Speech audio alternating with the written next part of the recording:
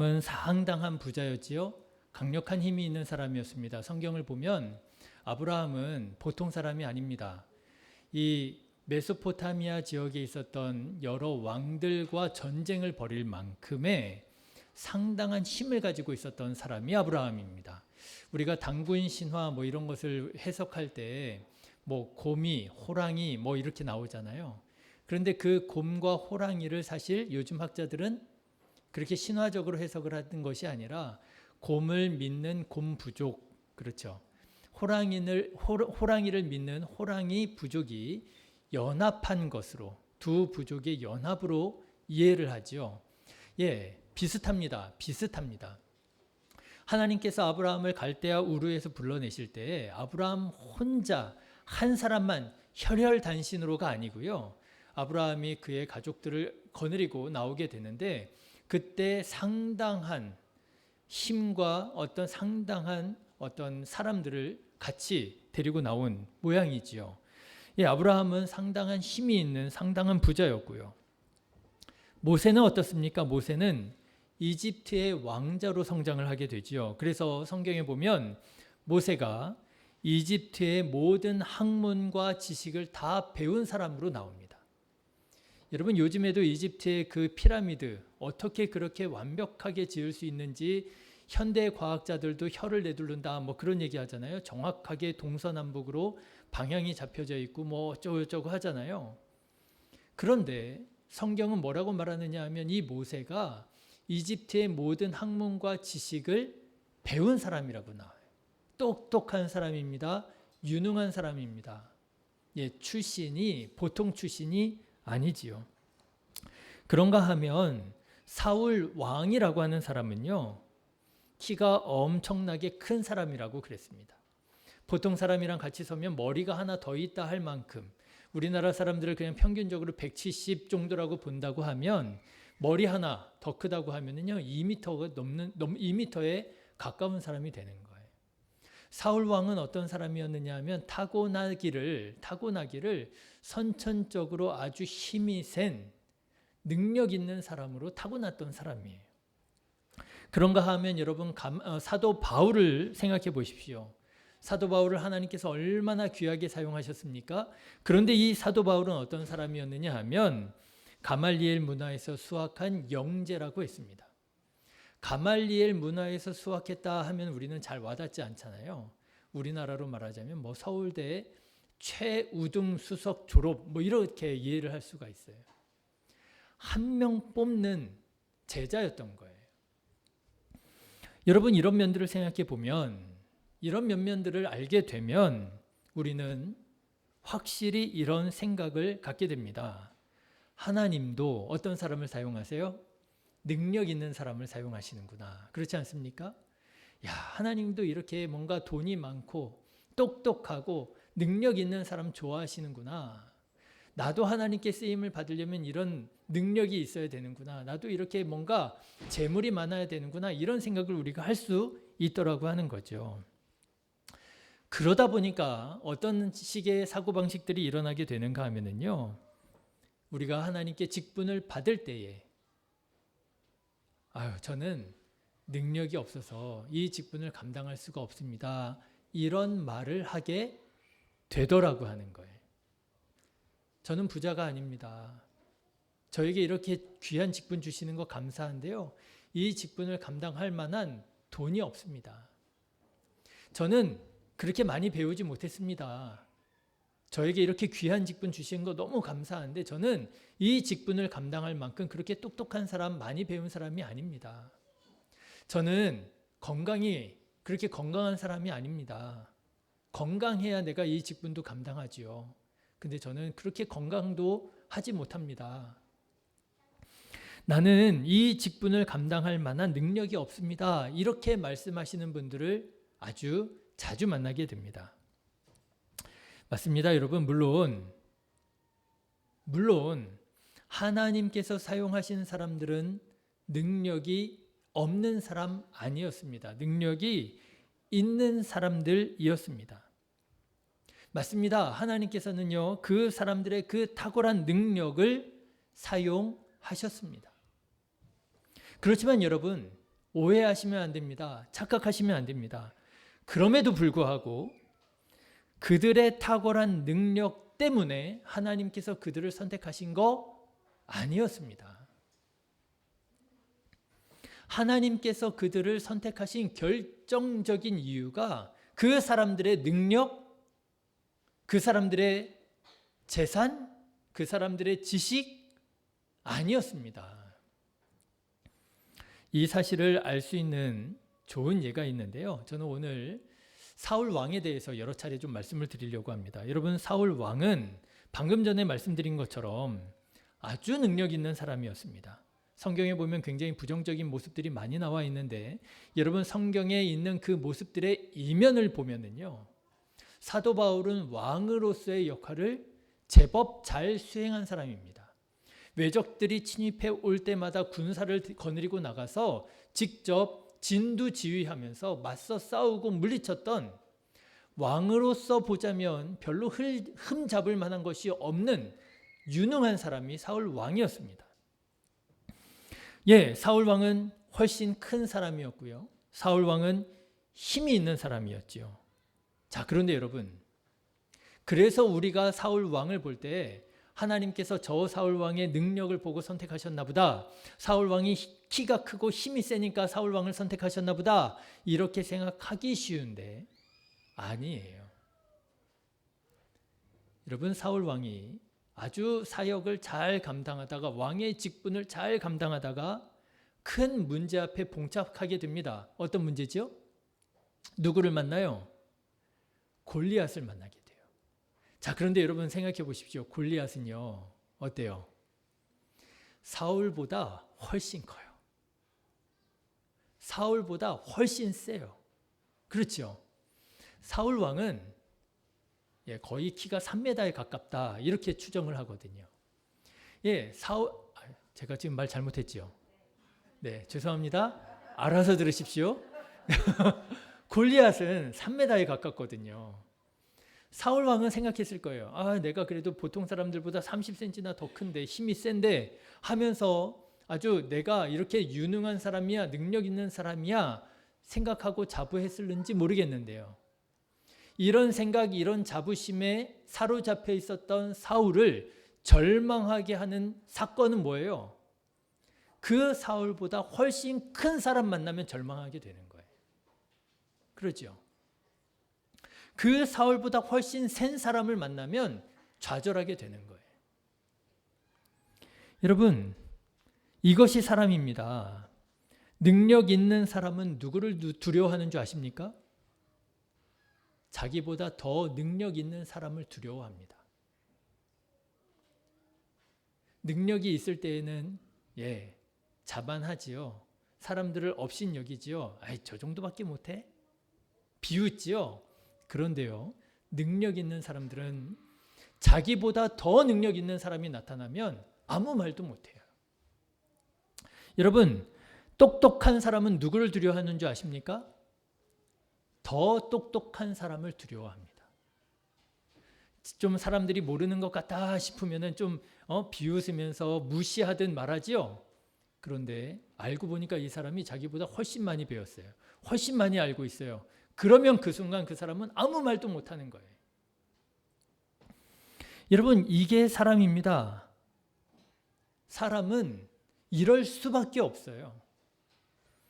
여러분, 그래서 하나님께서는요, 사람을 선택하실 때 그 사람의 능력으로 그 사람을 선택하지 않으십니다.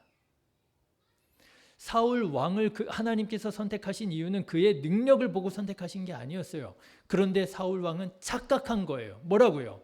하나님께서 내 능력을 보고 나를 선택하신 줄 알고 그걸 가지고 으스대면서 그걸 가지고 나름대로는 잘 지내다가 자기보다 더 능력 있는 골리앗을 만나니까 아무 말도 못하는 거예요. 착각입니다, 여러분. 하나님께서는 우리의 능력을 보시고 우리를 선택하시고 부르시고 사용하시는 게 아니에요. 그렇다면 하나님께서 사람을 선택하시는 결정적인 이유는 뭘까요? 저는 오늘 이렇게 말씀드리고 싶습니다. 하나님께서 사람을 선택하시는 결정적인 이유는 그 사람의 능력 때문이 아니라 그 사람의 약점 때문에 그를 선택하시는 거예요. 여러분, 하나님께서 선택하신 이 사람들, 방금 전에 제가 소개했던 이 사람들을 다시 한번 생각해 보십시오. 이 사람들 어떤 사람들입니까? 방금 전에 말씀드린 것처럼 능력만 있는 사람들입니까? 아니더라고요. 이 사람들은요, 저마다 다 치명적인 약점이 있는 사람들이었습니다. 아브라함은 부자였습니다. 힘이 있는 사람이었습니다. 그런데 그 유산을 상속받을 아들이 없는 아픔이 있는 사람이었습니다. 결정적인 아픔이지요. 여러분, 모세는 어땠습니까? 이집트의 왕자였습니다. 그런데 한 사람도 제대로 구원하지 못하고 살인자가 되어 실패하여 도망칠 수밖에 없는 실패자라고 하는 아픔이 있는 사람이었습니다. 여러분, 사도 바울은 어땠습니까? 사도 바울은 엄청난 지식의 소유자, 영재였지만 그 지식과 그 힘을 가지고 뭘 했습니까? 자기가 너무나도 사랑하는 하나님께서 보내신 예수님을 대적하고 교회를 핍박하고 그리스도인들을 잡아 가두는 하나님의 영광을 가리우는 그런 죄를 지은 전적이 있는 사람이 사도 바울이었습니다. 그래서 사도 바울이 자기 자신 보고 뭐라 그래요? 나는 죄인 중에 괴수라고 그러잖아요. 여러분, 사도 바울에게 이런 약점이 있는 사람이었습니다. 제가 오늘 사울 왕에 대해서 좀 말씀을 드리려고 한다고 말씀드렸잖아요. 사울 왕은 어땠습니까? 사울 왕은 하나님께서 그의 힘과 그의 능력을 보고 그를 선택하신 게 아니었습니다. 여러분 잘 아시는 것처럼 사울 왕은 본래 겸손한 사람이었습니다. 근데 제가 오늘 좀 그 말씀을 드리려고 그래요. 사울 왕이 겸손할 수밖에 없었어요. 사무엘상 이 사울 왕은 성경에 보니까 뭐라고 나오느냐 하면 베냐민 지파 출신이라고 나옵니다. 자, 사무엘상 9장의 말씀을 보시면 제가 읽어드리겠습니다. 베냐민 지파에 기스라 하는 유력한 사람이 있으니 그는 아비엘의 아들이요 스롤의 손자요 베고랏의 증손이요 아비야의 현손이며 베냐민 사람이더라 그랬습니다. 예, 사울 왕은 베냐민 지파 사람이에요. 그리고 이 사울 왕은 어디에서 살았느냐 하면 기브아라고 하는 데서 살았습니다. 사무엘상 10장 26절에 보면 사울도 기브아 자기 집으로 갈 때에 마음이 하나님께 감동된 유력한 자들과 함께 갔느니라 그랬습니다. 이 사울 왕은 어떤 사람이냐? 베냐민 출신으로서 기브아라고 하는 곳에서 살았던 사람이에요. 근데 여러분, 베냐민 지파로 기브아 출신의 사람들은 어떤 사람인 줄 아십니까?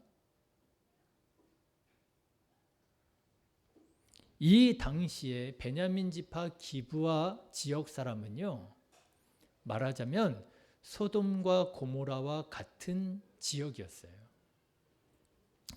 사사기 19장 14절에 보면 아주 끔찍한 사건이 나옵니다. 한 레위인을 이 베냐민 지파 사람들이 집단적으로 린치를 가하는 정말 입에 담기도 끔찍한 일이 벌어지게 돼요. 그런데 그 일을 저지른 사람이 어느 지역 사람이냐 하면 기브아 지역 사람이에요. 그래서 어떤 일이 벌어지냐, 모든 다른 11개 지파 사람들이 모여서 베냐민 지파와 전쟁을 벌입니다. 어떻게 하나님을 믿는 우리 이스라엘 백성 가운데 이렇게 끔찍한 참혹한 일을 벌이는 사람이 있을 수 있느냐고 개탄을 하면서요, 권면합니다. 그런데 그 베냐민 지파가 권면을 받아들이질 않아요. 그래서 결국 전쟁을 벌이게 됐고요. 베냐민 지파가 거의 멸절당할 만큼 이 전쟁에서 참패를 당하게 됩니다. 거의 멸절을 당하게 돼요. 그런데 그 일을 일으켰던 발단이 어디에 있었느냐 하면 바로 어느 지역이요? 기브아 지역 사람들의 악행 때문에 그랬던 거예요. 이 사건이 불과 오래전에 있었던 일이 아니에요. 하나님 앞에서 끔찍한 죄를 지어서 온 이스라엘과 내전을 벌여서 거의 멸절당할 뻔했었던 지파 베냐민 지파고요. 그 사단을 벌였던 사람들이 바로 기브아 사람들입니다. 그런데 하나님께서 이스라엘의 왕을 세우시는 거예요. 첫 번째 왕입니다. 그런데 하나님께서 그 첫 번째 왕을 어느 지파, 어느 사람을 뽑으셨다고요? 베냐민 지파 기브아 지역에 사울이라는 사람을 뽑으신 거예요. 그러니까 여러분 생각해 보세요. 이 당시에 다른 이스라엘 사람들이 사울 왕 인정하고 싶었겠어요? 인정하기 싫었겠어요? 불과 몇 년 전에 끔찍한 일을 벌였던 악한 소돔과 고모라 같은 성읍이 아닙니까? 거의 멸절을 당할 뻔했었던 약한 지파가 아닙니까? 그런데 그 지파에서 첫 번째 왕을 세운다고요? 우리 지파는 어떤데요? 우리 지파가 훨씬 많은데요. 훨씬 센데요. 하나님 보실 때 우리 지파가 훨씬 더 경건해 보이는데요. 왜 하필이면 베냐민 지파? 여러분, 사울 왕의 약점이 있었습니다. 치명적인 약점이 있었습니다. 그의 치명적인 약점은 뭐였느냐 하면 그의 출신이었어요. 어떻습니까, 여러분? 이들의 약점이 어떻게 보이십니까?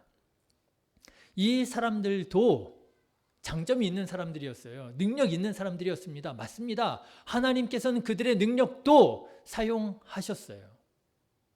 그런데 능력으로만 보자면 그 사람들보다 더 능력 있는 사람들도 있었을 수 있고요. 그렇죠? 있을 수 있지요.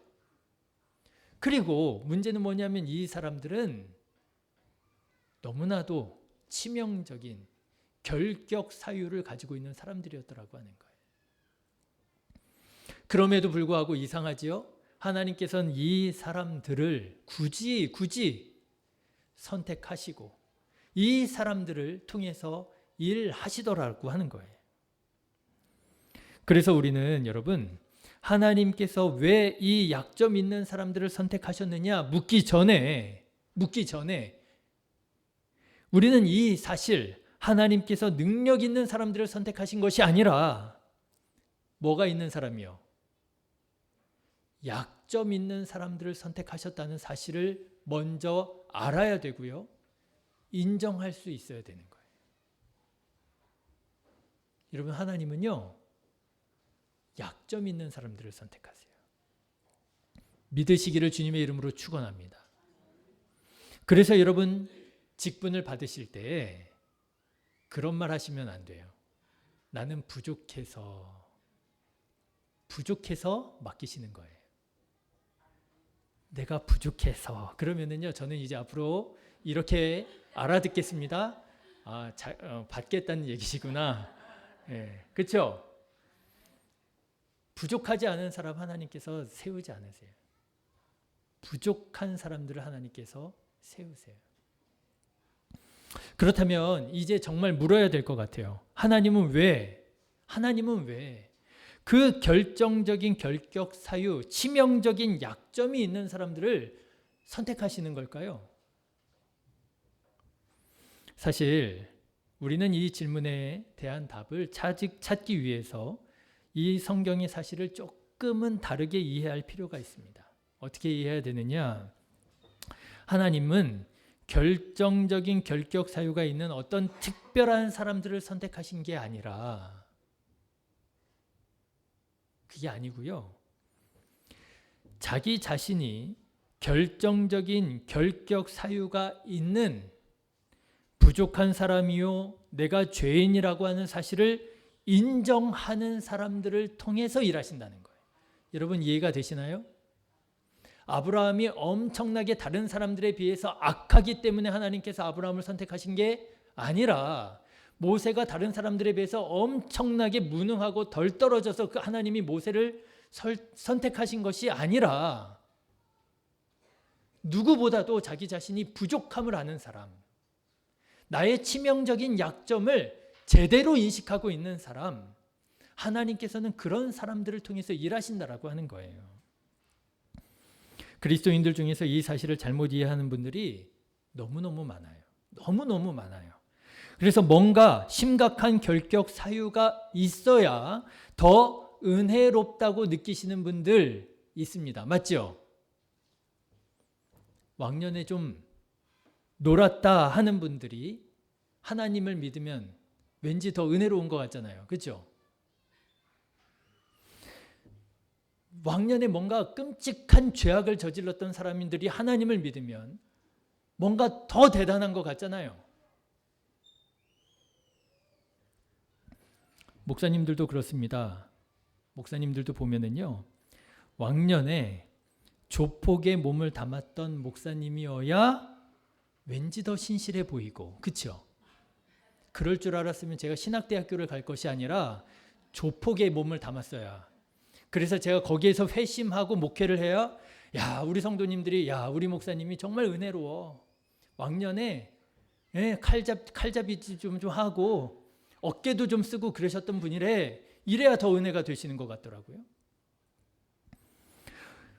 왕년에 술도 좀 진탕 마셔보고 도박도 정말 해가지고 집도 몇 채 날려봐야, 그래야 제가 이제 하나님의 복에 대해서 말하면, 그래, 우리 목사님이 할 거 다 해봤는데 그게 아니래, 이러면서 순종하실 것 같은. 제가 너무나도 사랑하고 존경하는 목사님이 계시죠. 이재철 목사님을 제가 너무나도 좋아하는데, 이재철 목사님이 왕년에 노름 좀 하셨어요. 집을 몇 채를 날리셨답니다. 이거 제가 목사님을 헐뜯는 게 아니라 목사님이 직접 다 스스로 고백하신 내용이에요. 그리고 목사님이요, 술 마시고 분위기가 막 무르익어 갈 때쯤에 사모님한테 전화를 해서 사모님을 불렀대요. 사모님이 노래를 굉장히 잘 부르신답니다. 그러니까 이제 술 마시고 이제 분위기가 한참 막 무르익었을 때 사모님을 불러다가 그 술자리에서 노래를 부르라고 시키는 거예요. 근데 그 사모님은 그때부터 신앙이 굉장히 좋은 분이셨거든요. 술자리에서 노래를 부르고 싶겠습니까? 그런데 아무 말 하지 않고 계속 노래 부르라고 하는 대로 노래를 불렀다는 거예요. 이재철 목사님은 몰랐지요. 그렇게 싫어하는지를 모르고 그냥 또 자기가 흥하게 취하면 또 불러다가 노래시키고 그러던 중에 하루는 이 사모님이 쓴 일기장을 보게 됐다는 거예요. 근데 그 일기장에 죽기보다 싫다고, 그 술판에 가서 노래 부르는 게 죽기보다 싫다고 그러면서 썼는데 거기에 눈물 자국이 팍 번져 있더라는 거예요. 그걸 보고 목사님이 충격을 받게 되는 거예요. 이런 얘기가 있어야 은혜롭잖아요. 그렇죠? 술 안 마셔본 제가 이런 말 해봐야 목사님이 술도 안 마셔보고 뭘 하냐고 그러시잖아요. 이럴 줄 알았으면 제가 술도 좀 마셔보고 도박으로 집도 좀 날려보고.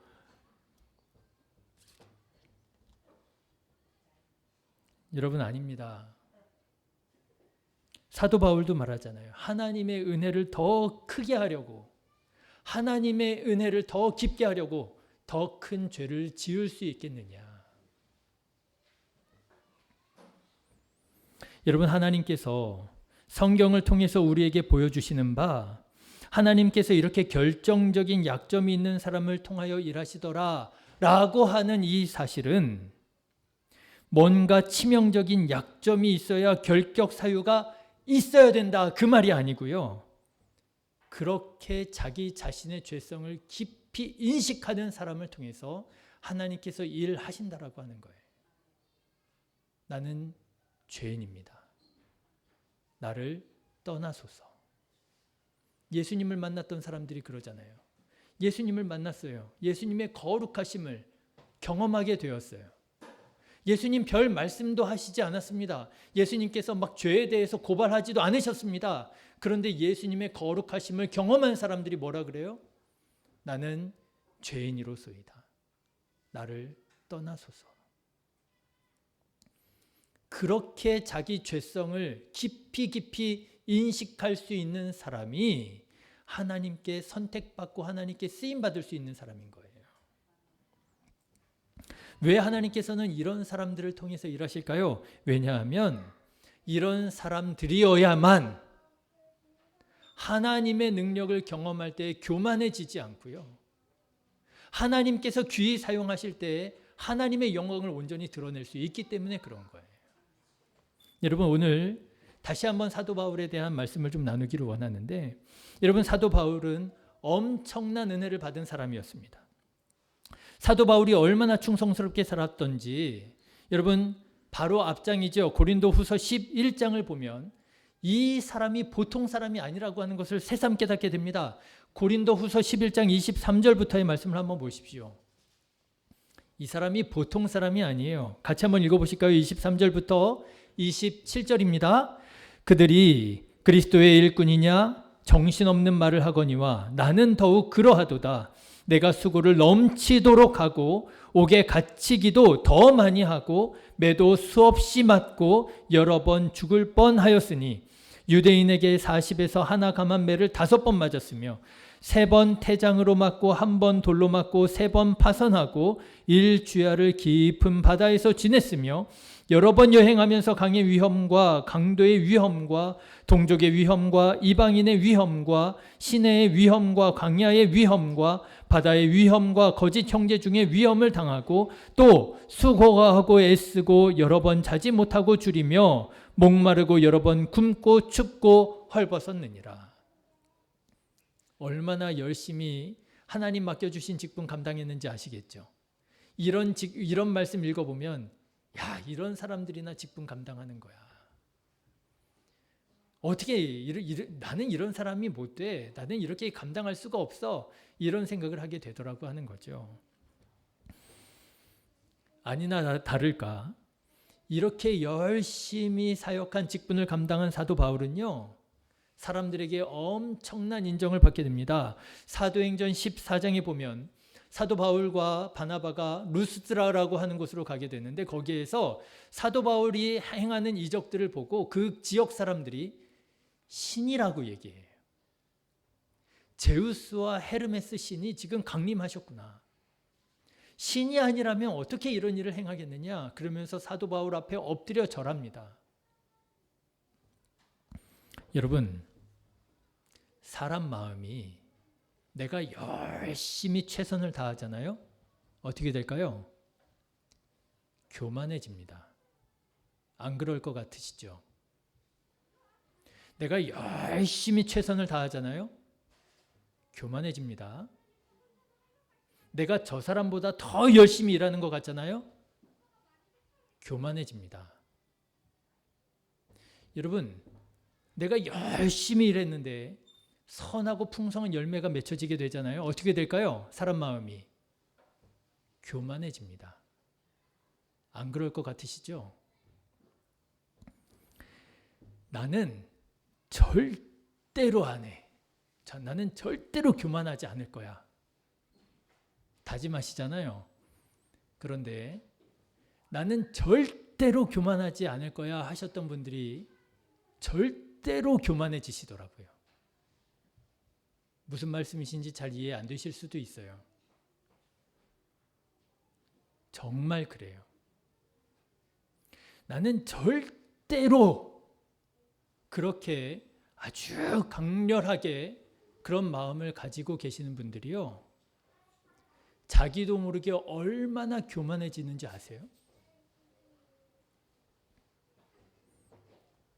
참 이상한 것은 직분을 처음 받으실 때를 보면 한결같이 이렇게 말씀하십니다. 저는 자격이 없습니다. 저는 이 직분을 감당할 수가 없습니다. 다른 사람 세우시지요. 한결같이 말씀하십니다. 그렇게 겸손들 하세요. 그런데 시간이 흐르면 어떻게 되느냐?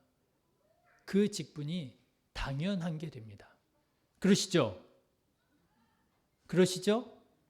여러분 그거 아십니까? 감리교회에서는 집사님과 권사님은 당해직이에요. 한 번 집사님은 영원히 집사님, 한 번 권사님은 영원히 권사님 아닙니다. 감리교회에서는요. 1년에 한 번씩 집사님이 되고 1년에 한 번씩 권사님이 되는 거예요. 그래서 당회구역회를 하면서 그 직분을 갱신하시는 거예요. 그런데 어때요? 여러분, 내가 집사가 한 번 되면, 내가 권사가 한 번 되면 내년에도 당연히 권사여야 될 줄 아시잖아요. 내년에도 당연히 집사여야 할 줄 아시잖아요. 처음에 그런 마음으로 받으셨어요? 아니잖아요. 처음에는 내가 이 직분을 감당할 수가 없습니다. 나는 부족합니다. 그런 마음으로 받으셨잖아요. 그런데 그 마음 다 어디 갔어요?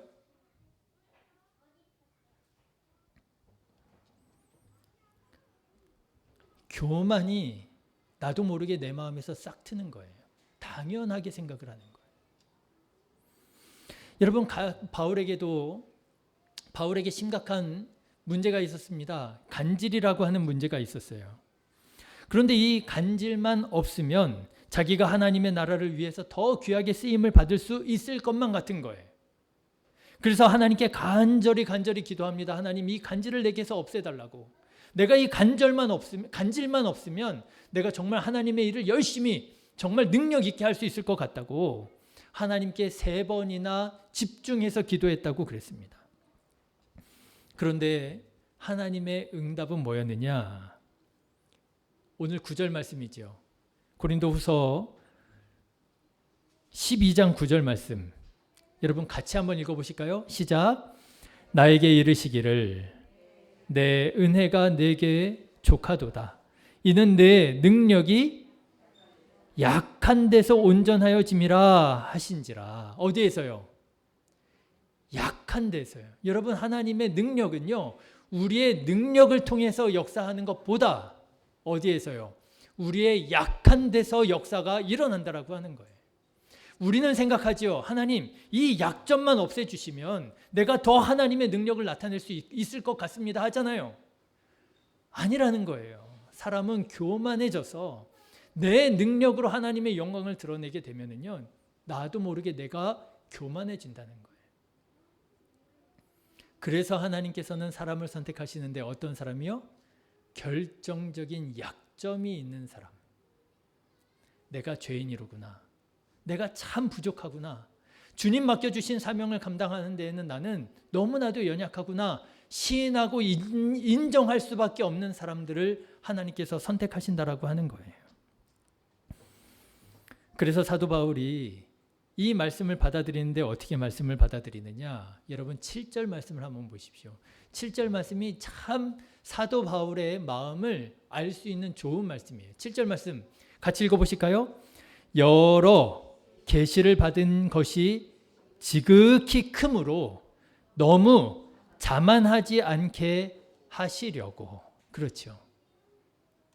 내가 하나님께 받은 은혜가 너무나도 커요. 너무나도 큰 은혜를 받았어요. 너무나도 큰 은사를 받았어요. 그런데 스스로도 살짝 느낌이 오는 거예요. 입질이 오는 거예요. 어떤 느낌이요? 자만의 느낌이 오는 거예요. 교만의 느낌이 오는 거예요. 내가 이제 이 정도면 됐다 하는 선줄로 생각하게 되어지는 마음들이 자꾸만 올라오더라는 거예요. 하나님께서 거부하신 이유가 여기에 있구나. 나를 너무 뭐하지 않게요? 자만하지 않게 하시려고. 이런 약점이 있는 나를 선택하셨구나. 그리고 사도 바울은 고린도전서에서 이렇게 고백하지요. 나는 매일 죽노라. 그렇게 선택하지요. 여러분은 어떤 직분을 받으셨습니까?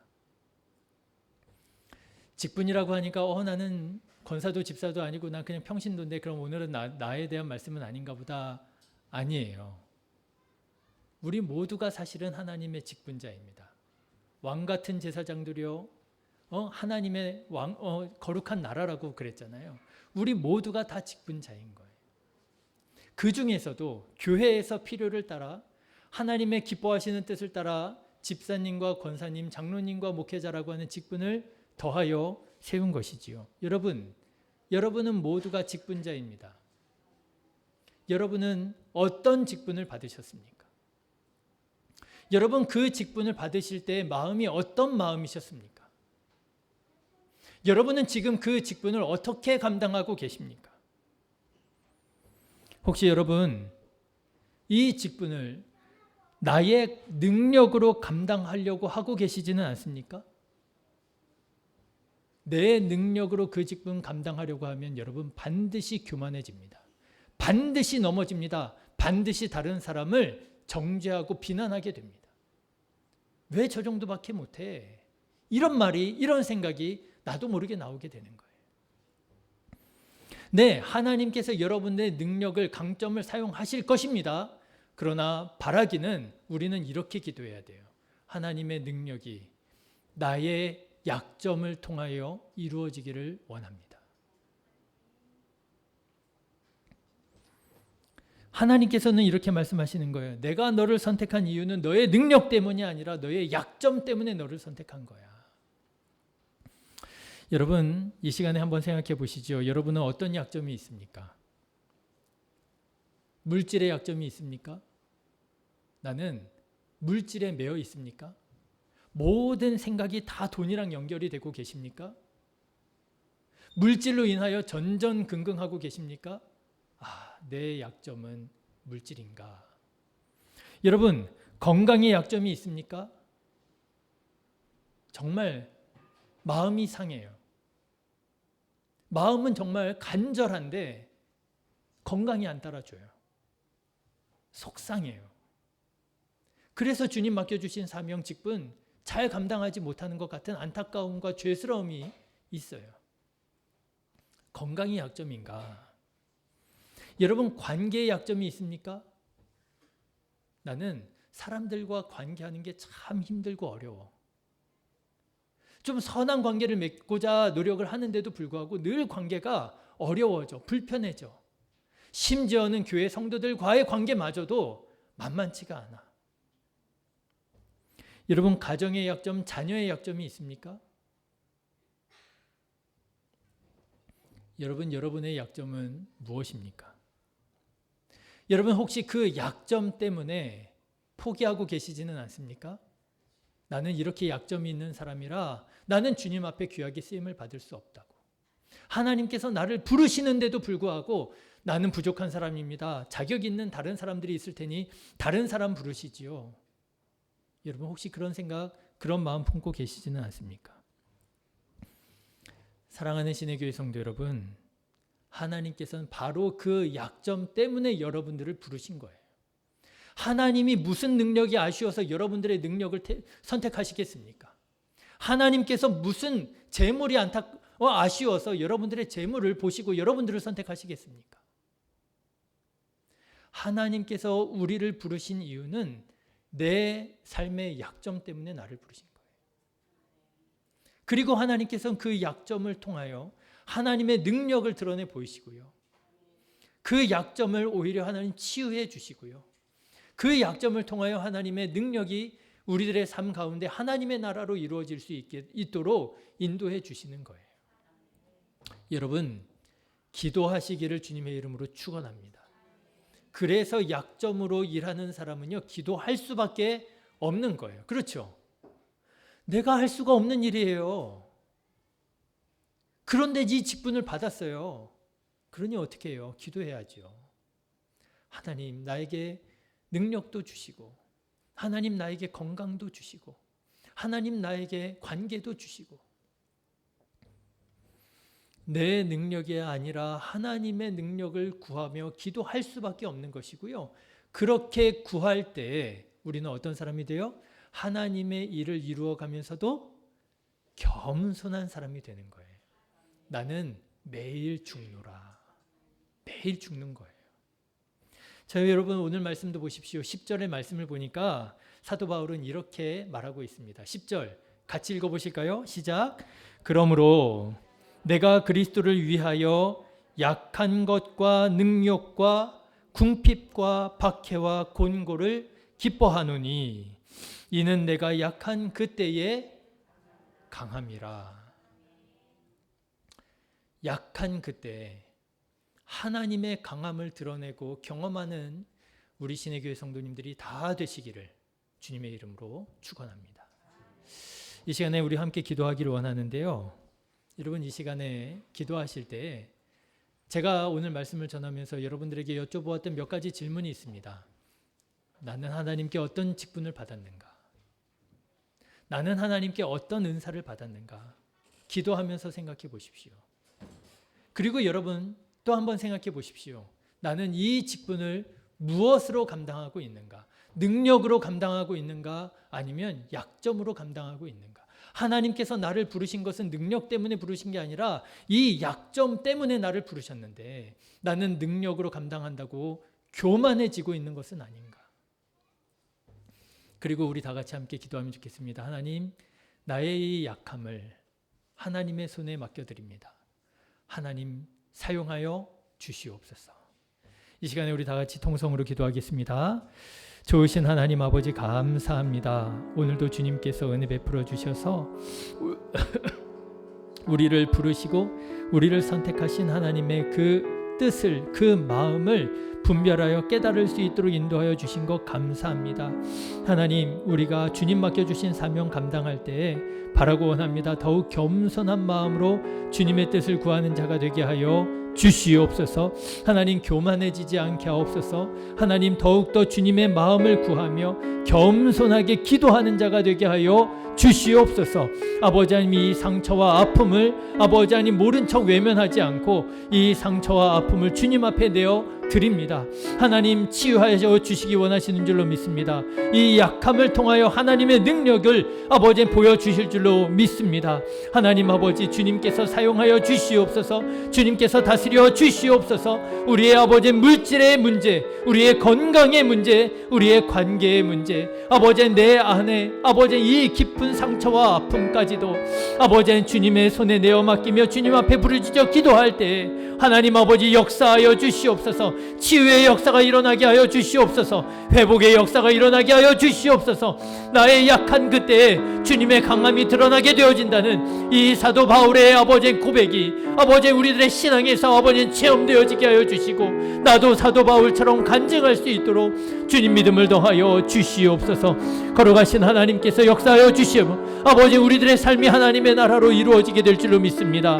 나를 통하여 하나님의 나라가 아버지 곳곳에서 아버지 일어나게 될 줄로 믿습니다. 주여 도와 주시옵소서. 주여 우리를 사용하여 주시옵소서. 주여 우리를 다스려 주시옵소서.